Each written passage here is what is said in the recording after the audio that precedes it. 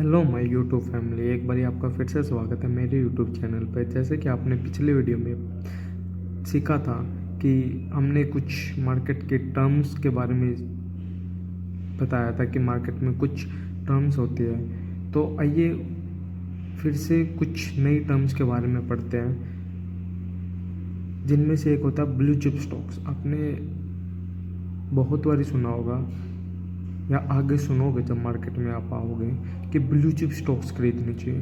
क्यों खरीदने चाहिए ब्लू चिप स्टॉक्स? क्योंकि ब्लू चिप स्टॉक्स उन स्टॉक्स को बोलते हैं, उन कंपनियों के स्टॉक्स होते हैं वो जिनके फाइनेंशियल्स बहुत ज़्यादा मजबूत होते हैं, बहुत ज़्यादा स्टेबल होते हैं, और उन कंपनियों में जो रिस्क होता है वो बहुत ही कम होता है, और वो बहुत लंबे समय से मार्केट में है।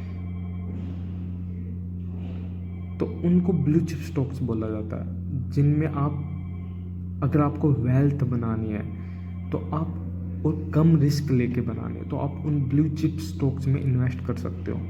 तो बेसिकली ब्लू चिप स्टॉक्स को हम लो रिस्की स्टॉक्स भी बोल सकते हैं, जिसमें रिस्क बहुत कम होता है, क्योंकि वो अपने सेक्टर की टॉप कंपनियां होती हैं और उनका मार्केट कैपिटलाइजेशन भी बहुत हज़ारों करोड़ों में होता है। तो ब्लू चिप स्टॉक्स होते हैं आईपीओ जब एंड इनिशियल पब्लिक ऑफर। जब पहली बारी कोई कंपनी स्टॉक मार्केट में लिस्ट होती है तो वो अपना आईपीओ निकालती है।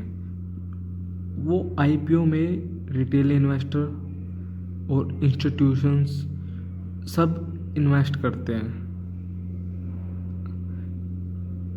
तो उसको आईपीओ बोला जाता है। जब पहली बारी कोई कंपनी स्टॉक प्राइवेट लिमिटेड से लिमिटेड में आती है तो वो पहली बारी आईपीओ निकालती है।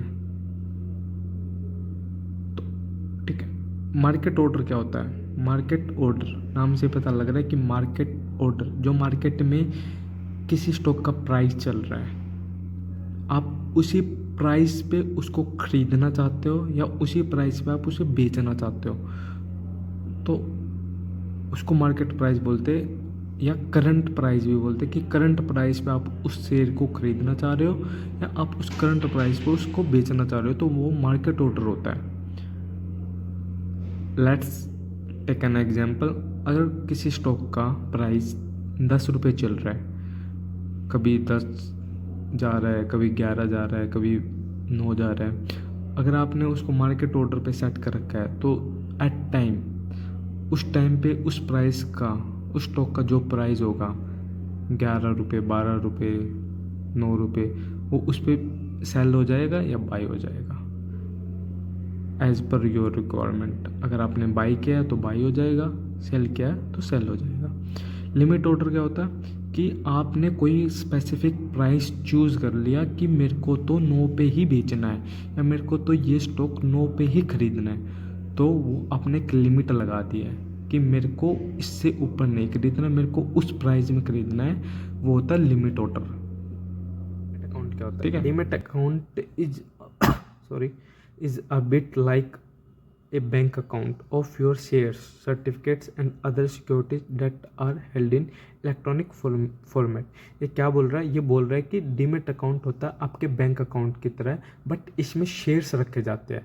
शेयर्स, आपके सर्टिफिकेट्स और जो आपकी अदर सिक्योरिटीज़ होगी, म्यूचुअल फंड्स हो गए, वो सारे आपके यहाँ पे रखे जाते हैं इन इलेक्ट्रॉनिक फॉर्मेट। पहले क्या होता था? पहले जब आप कोई भी शेयर्स खरीदते थे तो उसके लिए आपको एक्सचेंज सर्टिफिकेट देती थी कि आपने एक्स कंपनी का ये शेयर खरीदा है। एक सर्टिफिकेट देती थी उस स्टॉक से रिलेटेड।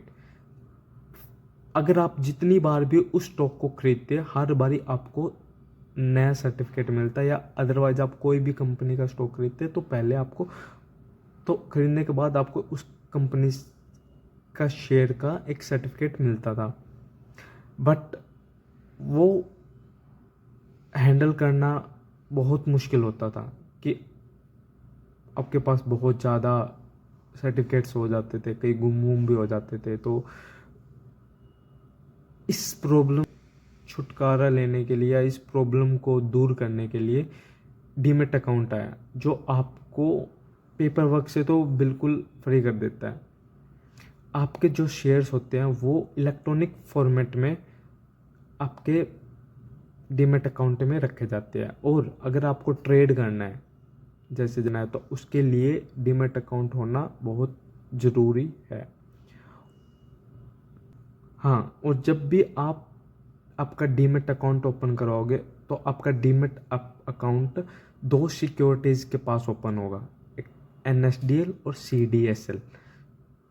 जो NSDL होता है वो नेशनल सिक्योरिटी डिपॉजिटरी लिमिटेड होता है, और जो CDSL होता है वो सेंट्रल डिपॉजिटरी सिक्योरिटीज लिमिटेड होता है।